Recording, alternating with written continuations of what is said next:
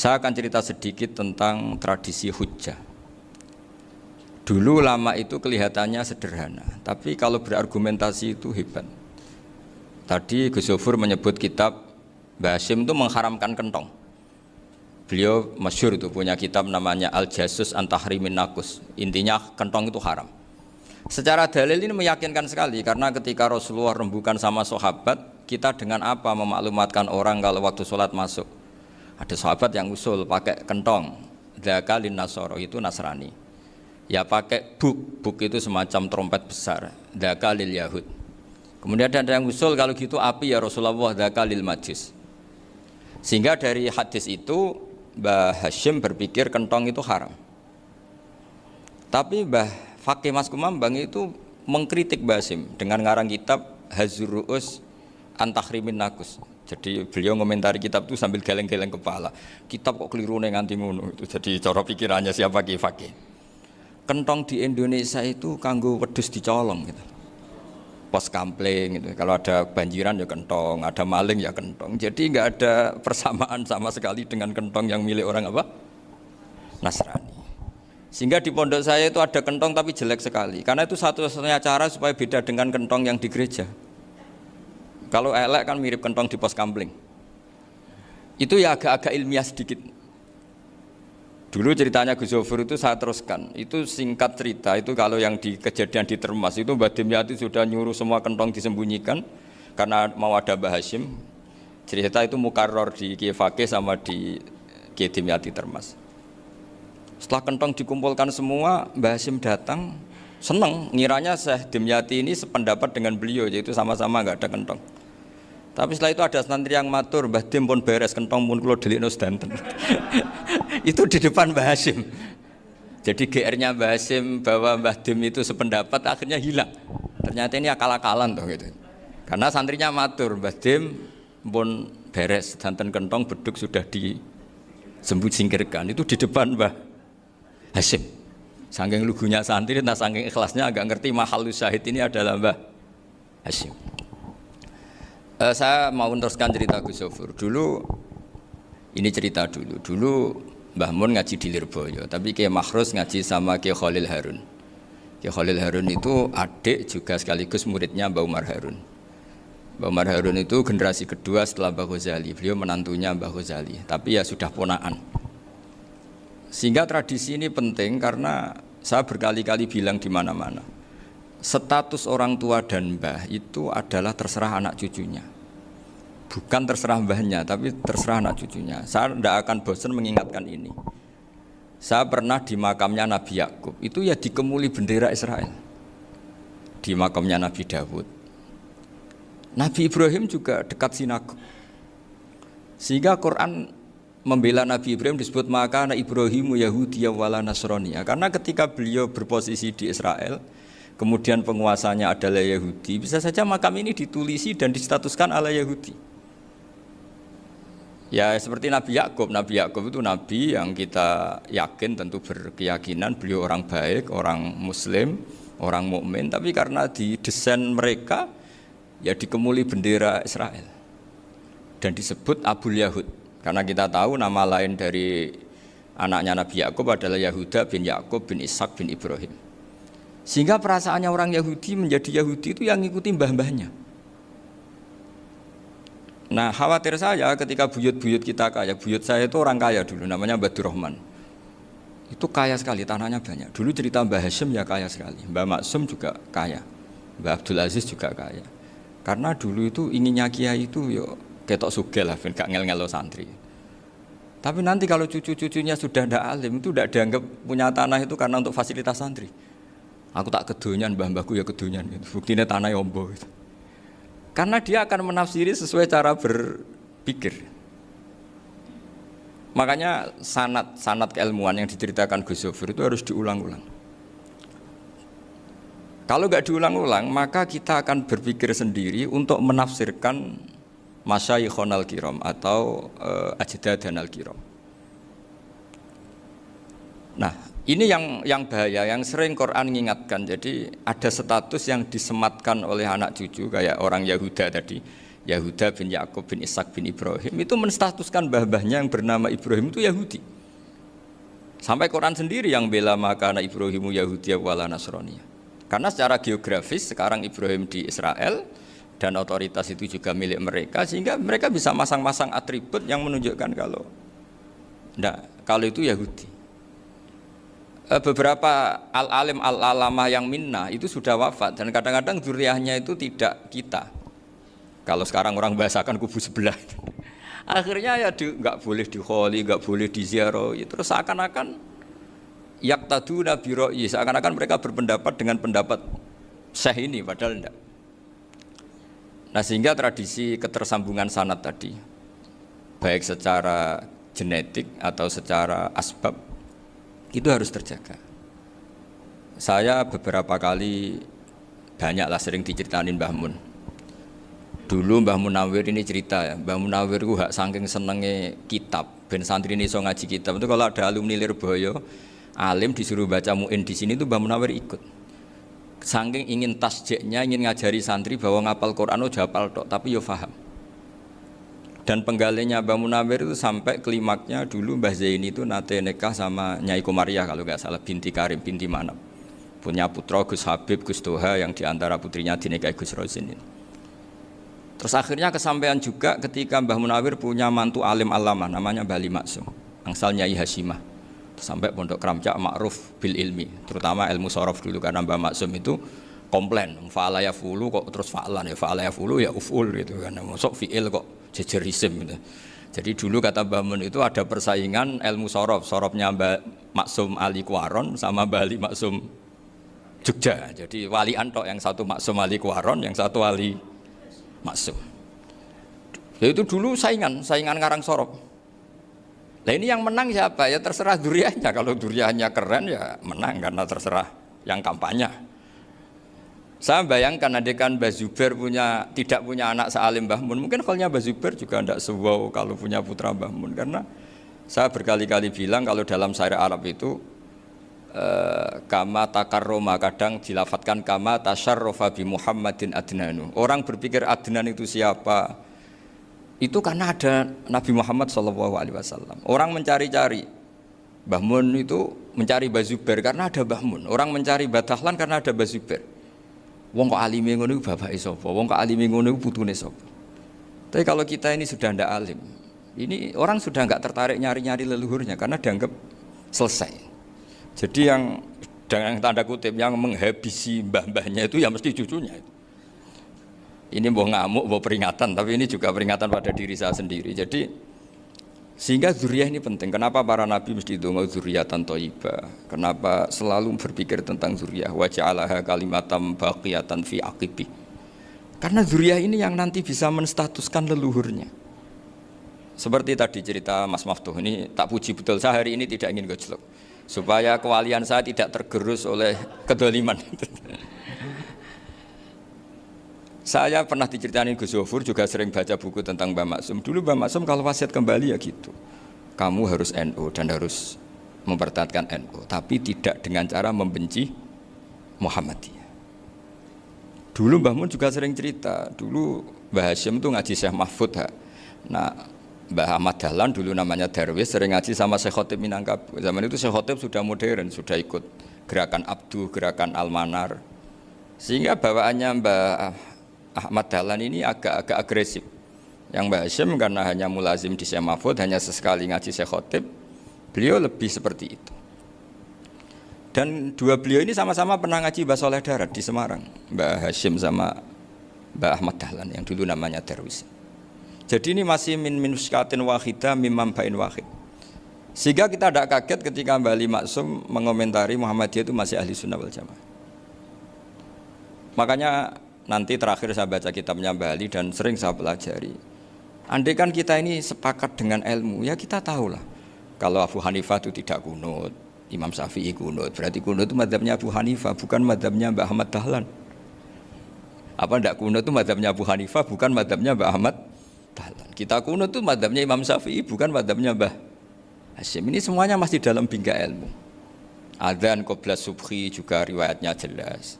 Tidak adzan ya sudah perilaku kita sudah jelas. Dulu Mbah Mun sering didik kita gitu.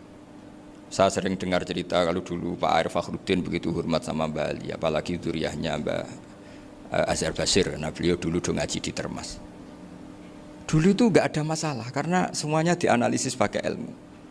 Tapi sekarang pakai identitas, yang kunut tuh NU, yang nggak kunut Muhammadiyah. Berarti Abu Hanifah itu Muhammadiyah, Imam Syafi'i itu NU. Berarti Imam Syafi'i itu ya anak buahnya Ki Miftahul Ahyar kira-kira gitu karena anak buahnya Pak Said Akil.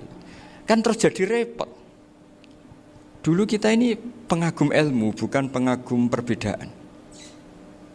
Sehingga di sini yang saya kagum dari sekian ceritanya Mbah Ali Maksum, supaya kitab ini to the point, supaya nggak lama-lama karena waktunya juga. Nanti kalau kemalaman ini kena semprit ini sudah. Ini diantara yang diceritakan Bali itu unik.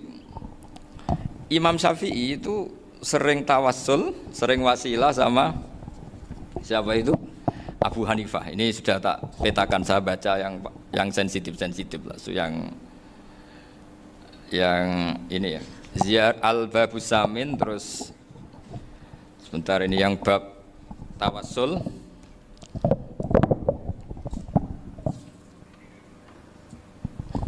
Ini di sini halaman 90, mungkin santri-santri kerap ya bisa ngecek lagi di kitab Hujatul Ahli Sunnah. Ketika cerita tawassul, di antara yang diceritakan Mbah Ali Maksum adalah perilaku ya, bukan sekedar statement tapi apa? Perilaku. Perilakunya Imam Syafi'i atau ahwalnya kalau bahasa halusnya, yang selalu ke makamnya Abu Hanifah untuk tawassul. Padahal Imam Syafi'i itu orang yang secara ilmu sering kritik Abu Hanifah. Jadi ini saya baca ini di halaman 100, jadi tawassul mulai halaman 9 berapa ini sampai halaman ini yang qala sami'tu Syafi'iyya yaqul inni la atabarraku bi Abi Hanifah wa aji'u ila qabri fi kulli yaumin zairan fa idza uridat li hajatun shallaitu rak'atain, halaman 100, waji'tu wa sa'altu wa ta'ala al hajat indahu fama tab'udu anni hatta tuqda. Kanal Imam Syafi'i ayyama huwa bi Baghdad yatawassalu bil Imam Abi Hanifah yaji'u ila dorihi fayusallimu alaihi wa yatawassalu ila Allah bihi fi qada'i hajati. Terus wa yatawassalu Imam Ahmad bi Imamina Syafi'i. Jadi di antara yang diceritakan Mbah Ali Maksum itu betapa Imam Syafi'i yang terkenal sering mengkritik Abu Hanifah dalam tatanan fikih karena beliau tidak percaya ada istihsan. Abu Hanifah berpendapat adanya istihsan, dan kita tahu lah ikhtilafu Syafi'i wa Abu Hanifah itu besar sekali. Tapi beliau itu tahu Abu Hanifah itu orang yang sangat soleh. Abu Hanifah itu kalau ketemu sama orang yang utang beliau itu yang lari bukan yang utang Abu Hanifah, karena takut orangnya itu izin. Jadi kalau ketemu yang utang di jalan itu yang sembunyi itu Abu Hanifah. Kenapa engkau sembunyi? Ada yang utang saya lewat, nanti orangnya malu. Jadi setingkat Robi'ah Adawiyah itu beliau di rumah ada maling itu sembunyi. Ditanya kenapa engkau sembunyi? Malu, gak ada yang dimaling. Malu sama malingnya karena serumah itu gak ada barang yang layak dicolong gitu. Itu Robi'ah dia sembunyi. Itu yang bisa niru itu Abu Hanifah. Jadi wali-wali besar ini ternyata saling menghormati dan saling tawassul. Nah saya berharap tawassul ini bukan sekedar perilaku sosial, tapi memang ada sanadnya. Sehingga terus diceritakan Bali di sini dulu istaqa Umar bil Abbas. Kata siapa tawassul harus dengan Rasulullah SAW? Dulu istaqa Umar bil Abbas. Sayyidina Umar itu tawassul istisqa dengan Sayyid Abbas. Padahal kita tahu Sayyid Abbas ini tidak nabi. Terus beliau cerita sampai Imam Syafi'i tawassul sama Abi Hanifah. Sehingga nggak ada perdebatan itu kan Umar. Kalau Umar kan ada jaminan boleh diikuti karena beliau sahabat. Bali cerita tentang Imam Syafi'i yang tawassul dengan Abu Hanifah. Seargumentatif itu. Sehingga ada cerita dalam sebuah tafsir.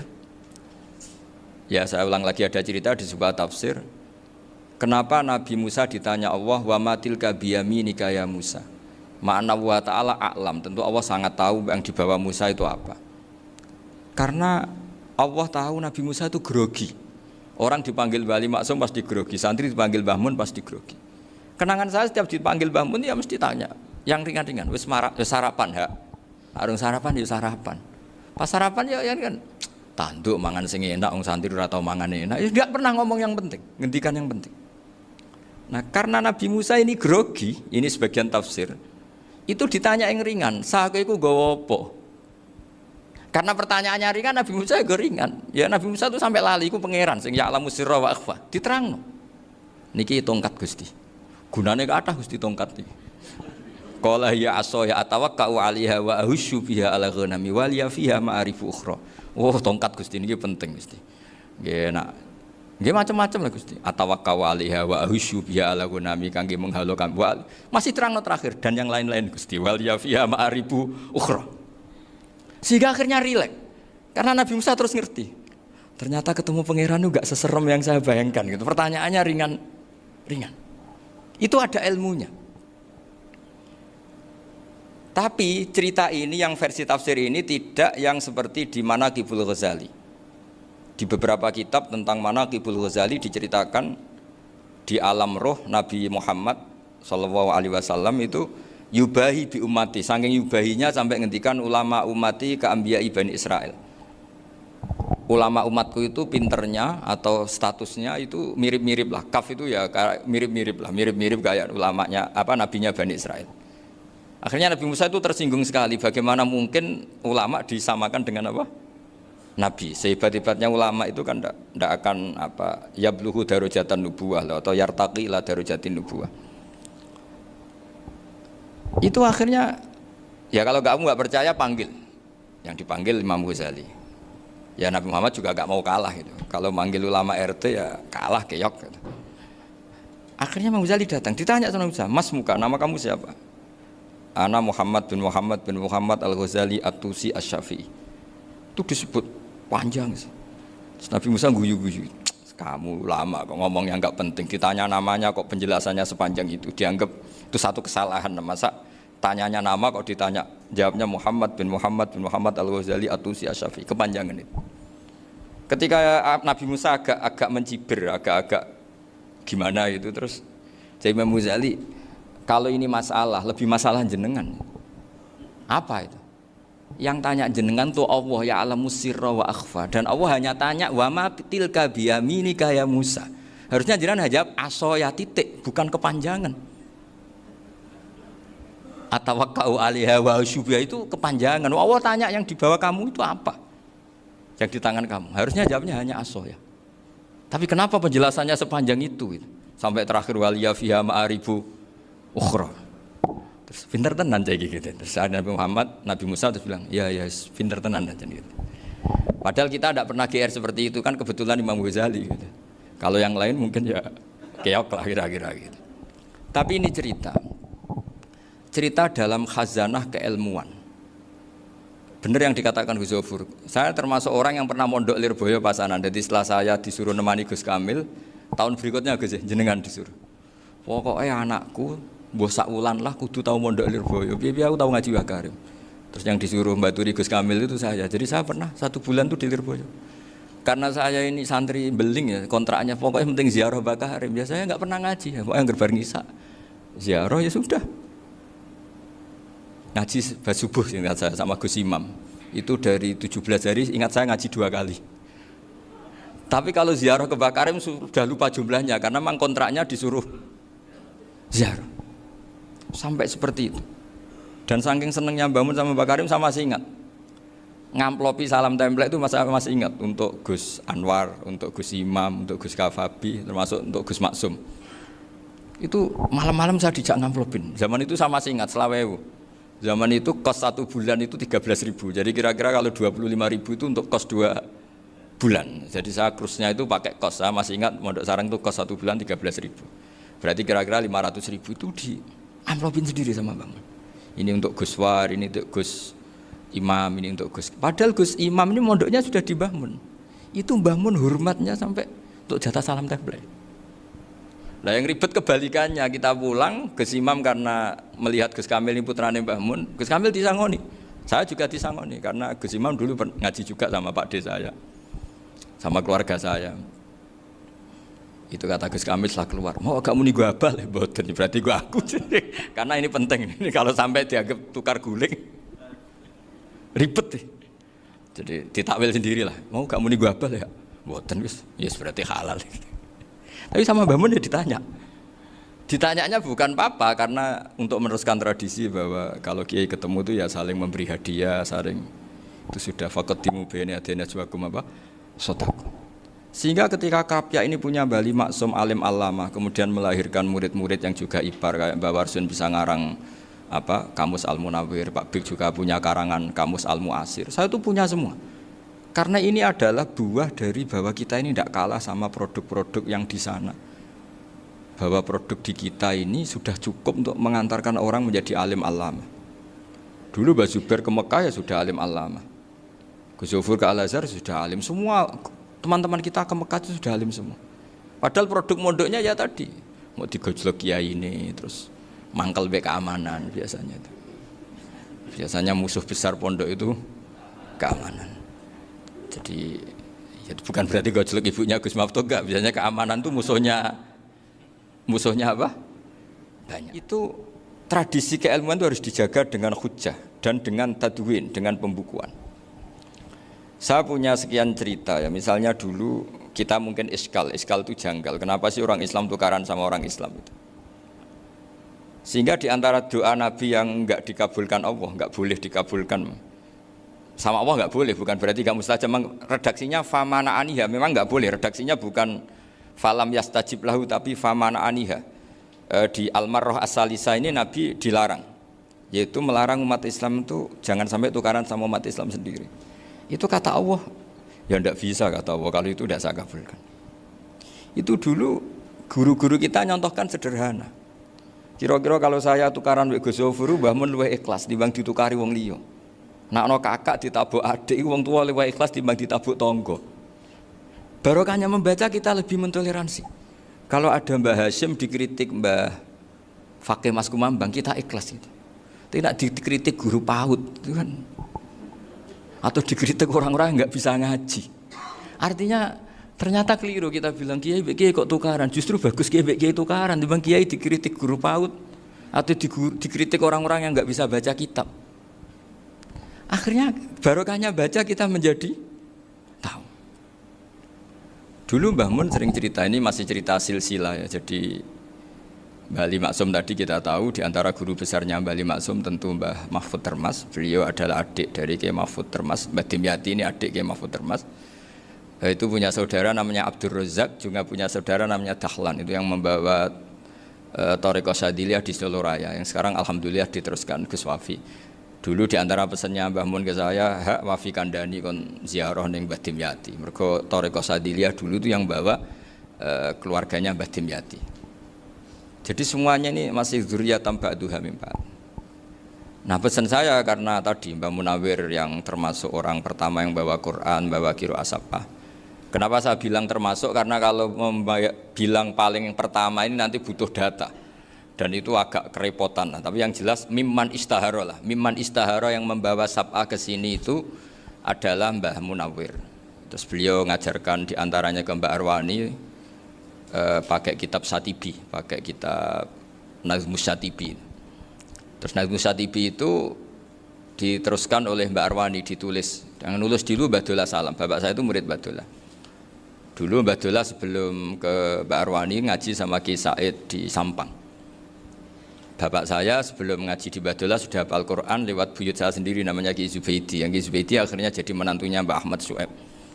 Jadi buyut saya kandung ini namanya Sofia, itu asal keluarga Lasem, yang adiknya Sofia ini punya adik Badiah yang jadi ibunya Ki Sahal. Terus Ki Sahal punya Mbak Yu namanya Muzayanah, punya di garwa Ki Mansur punya anak Gus Qayyum. Jadi dulu ibu saya, ibunya Gus Sofur, ibunya Pak Maftuh itu semuanya di Lasem. Karena saya dari keluarga Gen ya Lasem, dari keluarga sanad guru ya Lasem. Tapi Lasem Bahdawi itu dulu ngajinya di Mbah Umar Harun di Sarang. Mbah Umar Harun ini menangi Sayyid Ahmad Zaini Dahlan. Sayyid Zaini Ahmad Zaini Dahlan ini punya cucu keempat yang hidup di Sedan, terus makamnya di Lasem, namanya Habib Haidar, itu yang nulis biografinya Mbah Maksum. Mbah Maksum bukan Bali, biografinya Mbah Maksum. Itu ditulis oleh Habib Haidar, namanya Haidar bin Hasan bin Sodaqoh bin Ahmad Zaini Tahlan. Nah, Habib Haidar ini menantunya Sayyid Hamzah Sato. Hamzah Sato itu Hamzah bin Abdullah bin Umar, itu kakaknya Sayyid Abi Bakar Sato, Sohibul I'anah. Nah, Sayyid Umar ini yang dulu ngajari mbahnya Mbah Mun namanya Ahmad bin Su'aib. Nah, di antara ajarannya adalah baca kitab-kitab kecil yang bisa dihafal.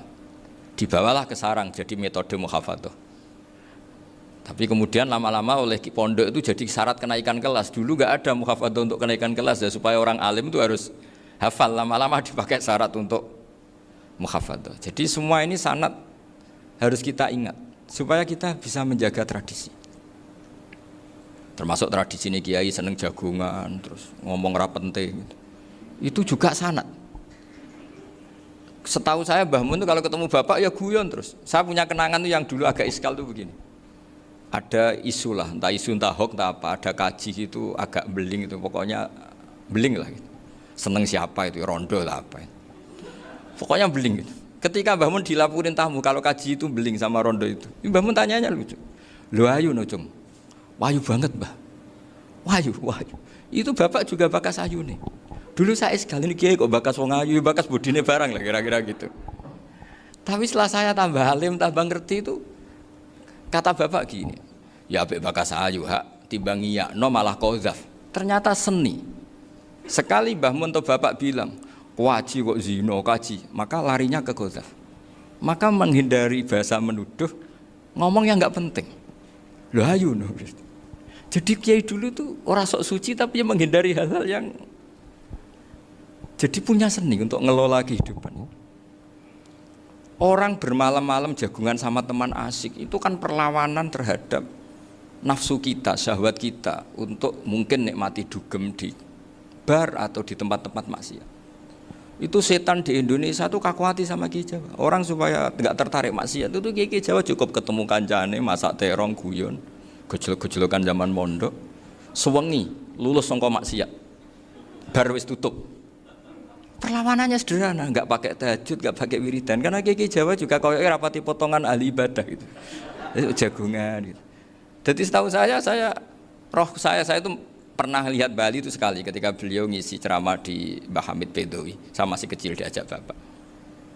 Dulu kalau bapak ngelihat Bali sama Mbah Hamid itu mesti nangis, karena dua orang alim bertemu. Yang akhirnya ya bisanan itu. Mbah Hamid punya anak Gus Nasih, di sini ada Mbah Nafisa, terus jadi Mbak Salih Hindun itu. Jadi dulu itu ya guyon terus ketika ketemu. Itu yang sering bodoni Mbah Hamid itu ya Ki Bisri.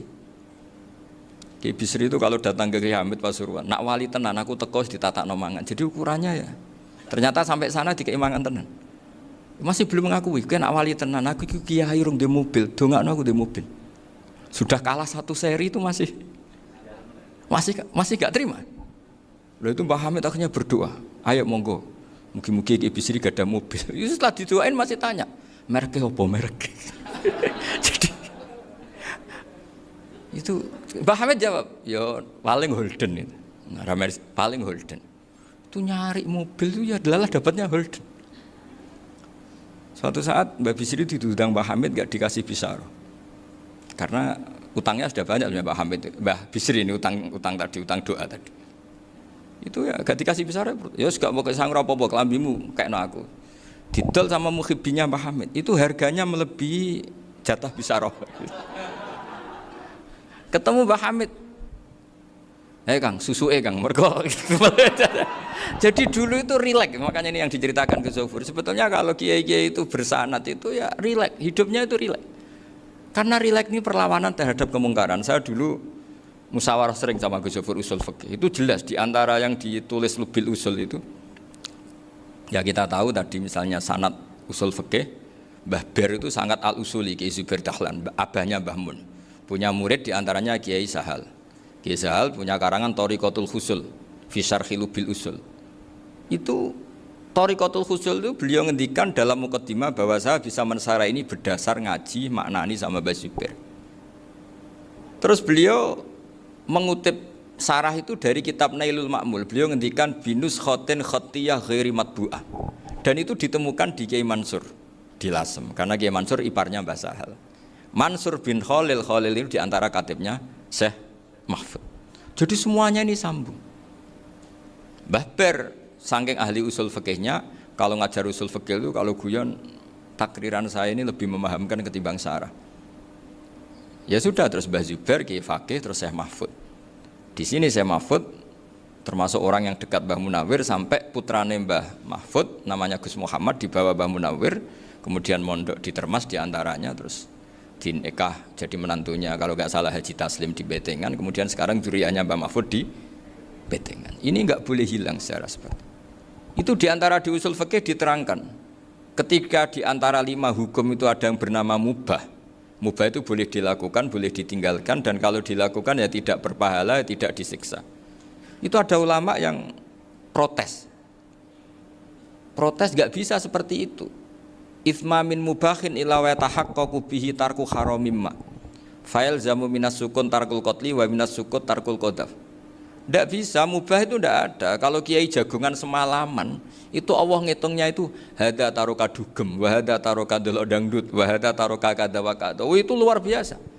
Dan kita ngikuti yang seperti itu saja. Gak usah tahajud, gak usah witir telulas kaya ora kuat timbang gremeng wis. Sewengi jagungan, setan ngenteni kita tergoda maksiat, ternyata maksiatnya sampai tutup, kiainya masih apa? Jagungan. Jadi jagungan saja ada ilmunya bahwa itu perlawanan terhadap tarkul ma'asi. Sehingga bagaimana Anda katakan mubah ini mubah, toh gunanya adalah tarkul haram. Meskipun efek mubah juga bisa tarkul wajib, wae bojo blonjo turu. Ya kan wae ngrumati ibuke turu. Itu halal wajib. Jadi mubah itu resikonya ya bisa tarkul wajib, bisa tarkul haram. Sehingga kalau sanad ini terjaga secara baik, secara kultur, saya sering juga saguan sama Gus Yofur itu mesti tak niati gitu. Jagungan wong alim iku ibadah dan menikmati ibadah adalah dabul auliya wa dabul ulama. Kata Imam Ghazali, pada akhirnya waqud buhadatin al-istilzat bil mubahat. Kata Imam Ghazali, pada akhirnya qutbu hadaddin, madaru hadaddin, pokok dari agama ini adalah melawan kemaksiatan dengan kita menikmati al-istilzat bil mubah. Kita menikmati sesuatu yang dibolehkan Allah Subhanahu wa taala. Dan seperti ini itu bisa qasmu dhuhri syaitan, bisa menghancurkan punggungnya setan. Karena kalau melawan setan dengan ibadah ini kadang kita capek selain isra potongan. Tapi nak kangkang ning komplek H gitu jagungan mbek kancane, ngenang melarate, mbok ngenang ora sekolah, ra munggah kenangan. Sing ra munggah diarani istiqomah. Gitu kan diarani tulus zaman, kok sing munggah dianggap kesusu. Saya ini punya pondok Quran, kalau ada yang hafal 3 tahun mesti digojlok kancane. Gak apik kesusu itu. Kesusu itu mesti tidak barokah karena tergesa-gesa apa? Hatam. Sehingga yang enggak hatam-hatam itu kayak partai mayoritas. Ini yang partai tulis zaman katanya. Ahlus sabri katanya. Akhirnya di pondok gara-gara itu mau guyon, tapi enggak ada stigmasi yang saya enggak naik. Di pondok sarang itu saya punya temen itu banyak yang sak kelas dengan saya, sak kelas sama Gus Kamil, akhirnya sak kelas dengan Gus Sofur. Padahal saya ini kakak kelas. Saya temannya, Gus Kamil temannya Gus Sofur. Ini anak ini enggak pernah naik. Itu enggak dicibir di pondok. Karena guyonan tadi. Guyonan bahwa ini bagian dari bentuk apa? Istiqomah. Nanti yang goblok juga tenang. Karena kiainya cerita, kadang santri goblok ya barokah. Di sini pondok akeh santri ora tau sinau ning omah dadi kiai gede. Selalu kiainya tuh cerita seperti itu. Akhirnya sing goblok ya bangga dengan kegoblokannya. Iya, jadi kiai itu orang yang meskipun guyon ini barokahnya Masya Allah. Dan setahu saya kiai-kiai alim itu ya senengannya guyon, karena tadi guyon itu luar biasa. Bapak saya itu kalau pesan sama saya itu enak ngaji wis guyon nice. Wong ning omah mikir utang, mikir wedi bojo macam-macam, kok ngaji mbok jak nangis pisan, nangis ping pindho gitu. Sudah jak guyon ae. Paling gak lali. Gitu. Dan beliau punya dalil kul bi fadlillah bi rahmati fa bidzalika falyafrah. Jadi jangan sampai orang ini farah bil maksiat, jangan sampai orang itu. Dan ini yang saya kenang dari sekian cerita murid Bali. Mbah Ali Maksum ya senangane guyon. Gojol-gojolkan mbek santri guyon. Ini saya maklumatkan ke semua santri beliau bahwa ini bukan sekedar guyon, tapi al-istilzat bil mubahat. Ini adalah perlawanan terhadap setan karena banyak orang bisa senang tuh kalau nunggu maksiat. Ini bisa senang dengan sesuatu yang tidak maksiat.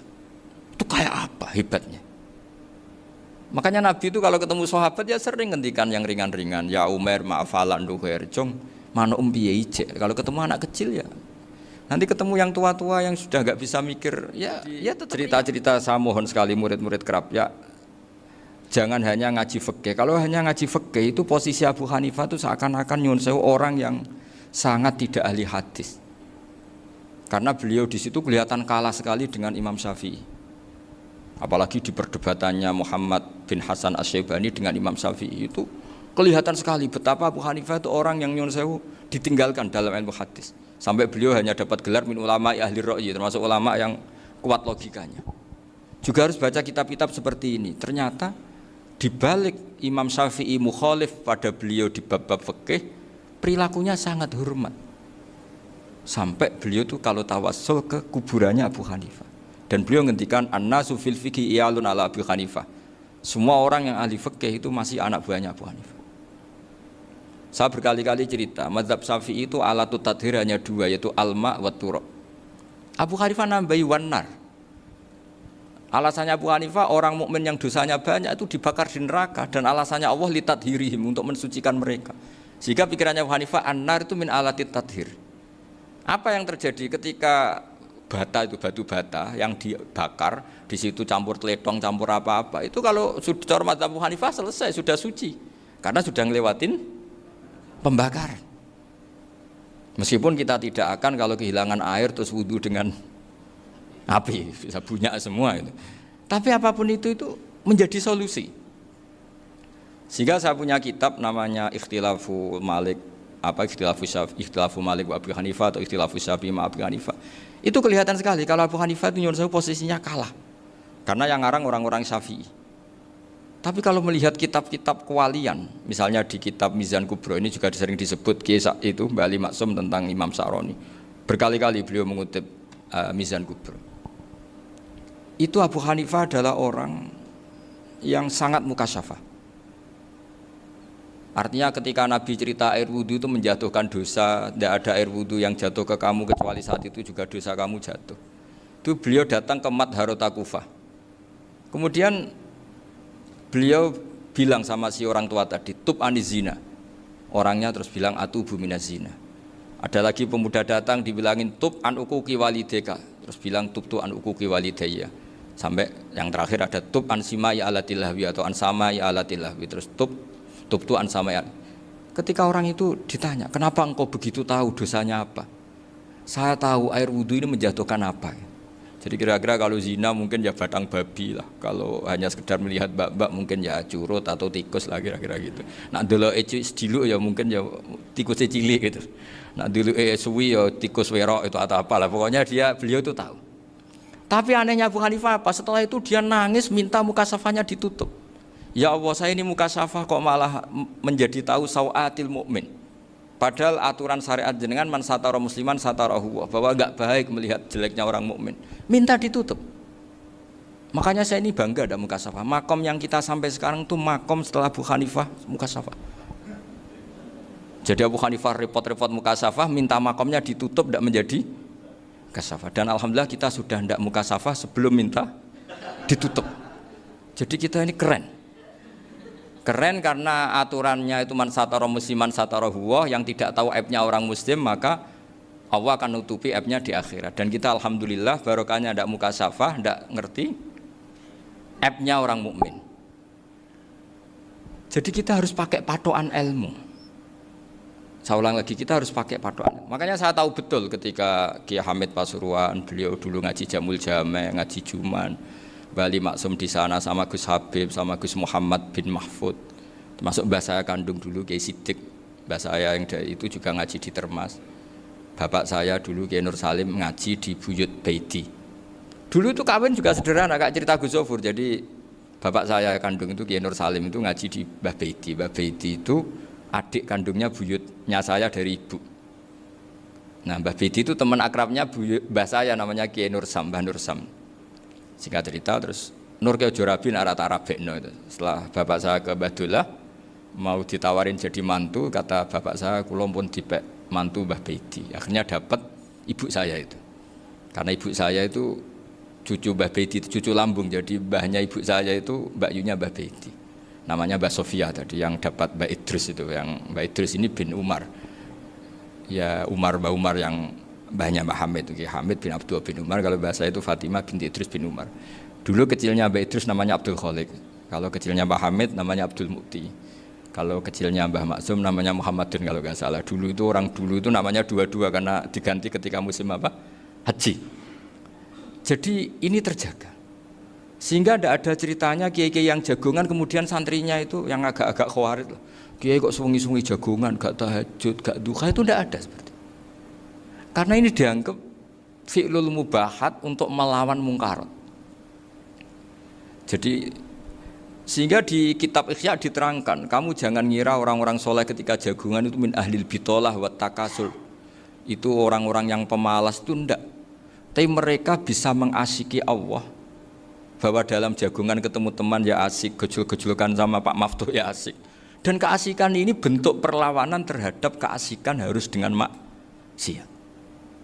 Itu kayak apa kalau kita ngaji sampai seperti itu? Termasuk tadi yang diceritakan Pak Maftuh kitab Hunyah. Semoga beliau cerita juga pernah belajar. Saya pernah belajar kitab Hunyah khatam. Itu diantara yang diceritakan Syabdul Qadir Al-Jilani tadi kata beliau Al-Jilani dipakai Jim Al-Jilani. Ini agak beda dengan kita. Mbah Zubair itu punya kitab namanya Al-Qolaid Al-Uluiyah. Beliau menfatwakan nama-nama ajam itu kamu bebas. Ajamiyun fasna bihi masyita. Sehingga kita kalau punya kiai harus mau qolal ustukhri. Sehingga mau qolal istukhri. Tirmidzi juga nasibnya sama. Qolat rawahut Tirmidziyu. Sehingga rawahut Turmudziyu. Yang satu rawahut Tarmidhiyu.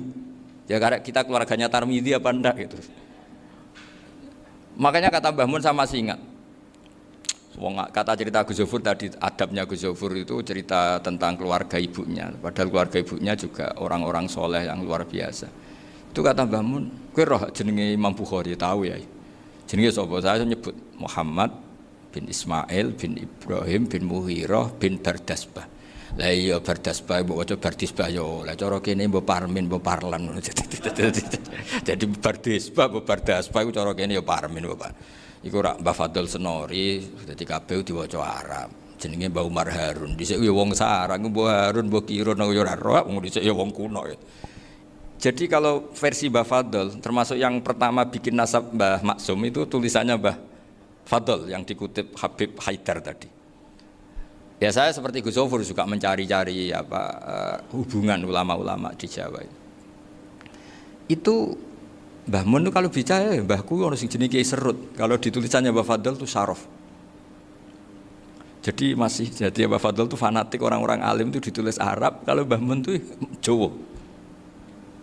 Dulu itu ada wali seto di daerah saya. Dulu orang ya janggal, ternyata ada sato itu kesamaan di Arabnya itu.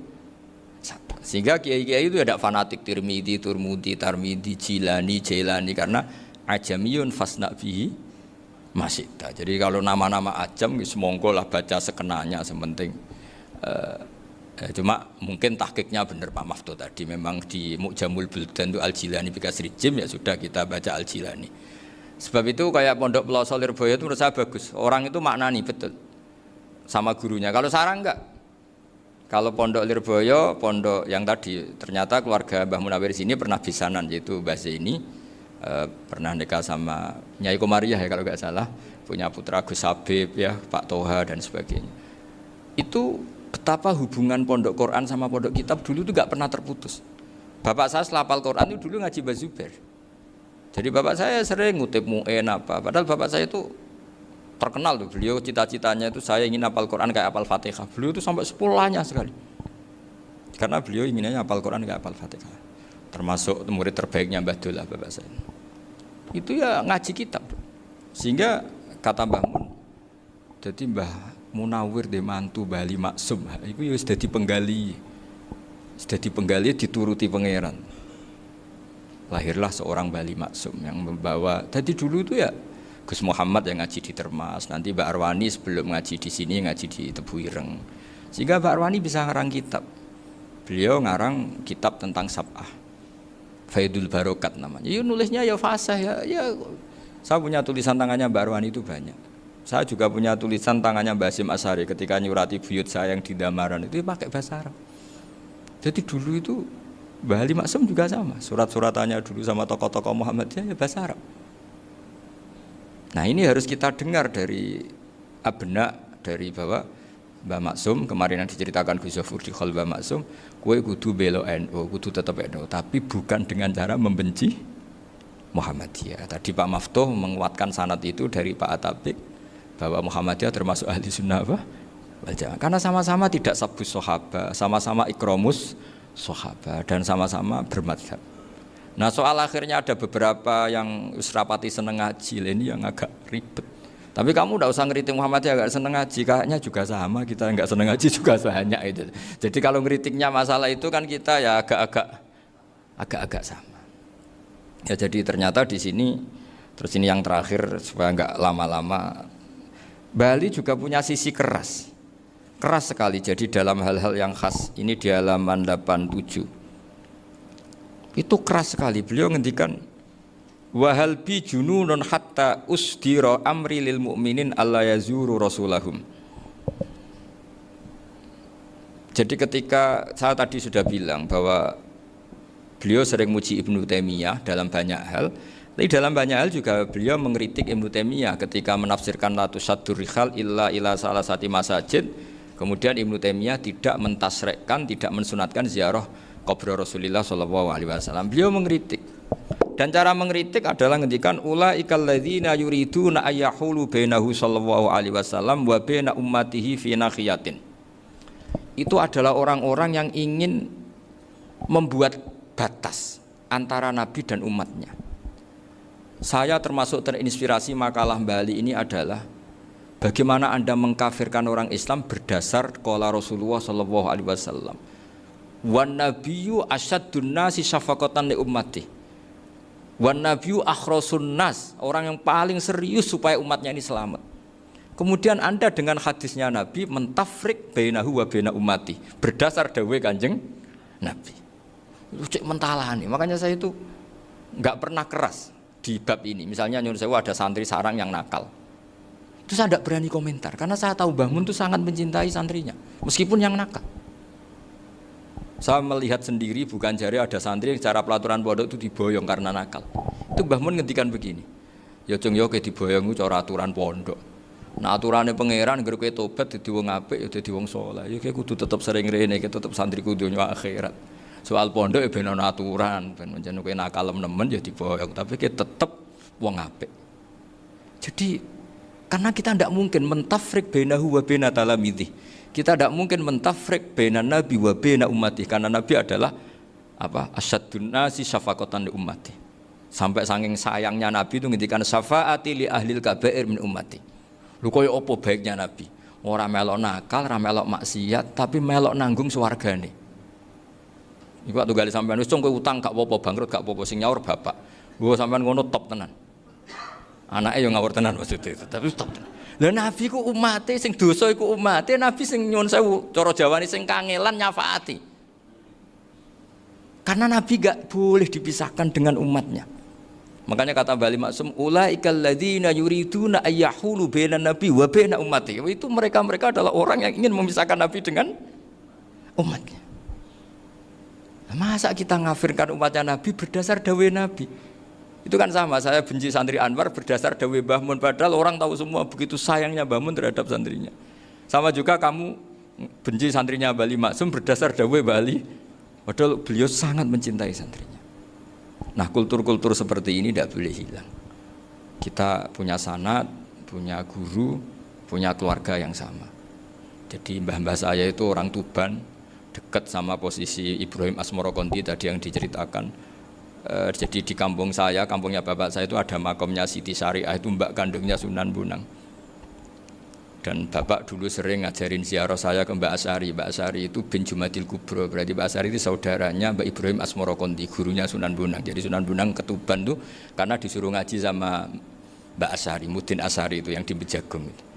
Jadi ini semua sanatnya itu jelas, aturannya jelas. Kan Sunan Bonang bin Ampel bin Ibrahim Asmorokonti bin Jumadil Kubro lah, yang Mbak Asy'ari ini adiknya Ibrahim Asmorokonti, makamnya di Bejagung di Tuban. Dulu Sunan Bonang sebelum ngaji kemana-mana ngaji di Bejagung itu di Mbak Asari itu. Terus kemudian Sunan Bonang hidup di Lasem, di Pasujudan di Lasem. Makanya Lasem banyak orang alim karena ya dulu Sunan Bonang itu di antara aktivitasnya itu di Pasujudan di Lasem itu. Wafatnya kila di Bonang, kemudian mau dibawa orang Madura ke Madura, terus diambil Mbak Asari, pernah mbahnya karena muammar Mbak Asari, terus dimakamkan di Bonang. Jadi cara berpikir Mbah Ali ini menginspirasi saya, kita tidak boleh mengkafirkan umatnya Nabi berdasar dawuh Nabi. Karena apa? Itu yang tidak diinginkan Nabi. Nabi itu inginnya yang di luar itu masuk, bukan yang sudah di dalam dikeluarkan. Itu kata beliau, ulaikal ladzina yuriduna ayyahulu bainan nabiyyi wa baina ummati. Orang-orang yang tidak mentasra' ziarah pada Nabi adalah orang-orang yang ingin memisahkan Nabi dengan. Dan begitu kias berikutnya, orang-orang yang sidik-sidik muni ini kafir, ini sudah enggak benar, inilah yurja khairuhu, itu orang-orang yang memisahkan. Dan lucunya berdasar dawuh Nabi. Makanya semua kalau sampai ngaji Mizan Kubro, ini kitab yang sering dikutip Bali Maksum, ketika Nabi ngintikan laisa minna man ghasyana, laisa minna man latamal hudud wa syaqqal juyub bada'a bid'awal jahiliyah, laisa minna min tilkal khoslah. Semua ulama mentafsiri laisa minna fi tilkal khoslah, bahwa dalam hal itu Islam tidak bertanggung jawab. Masa menipu berdasar dibolehkan Islam, kan tidak mungkin.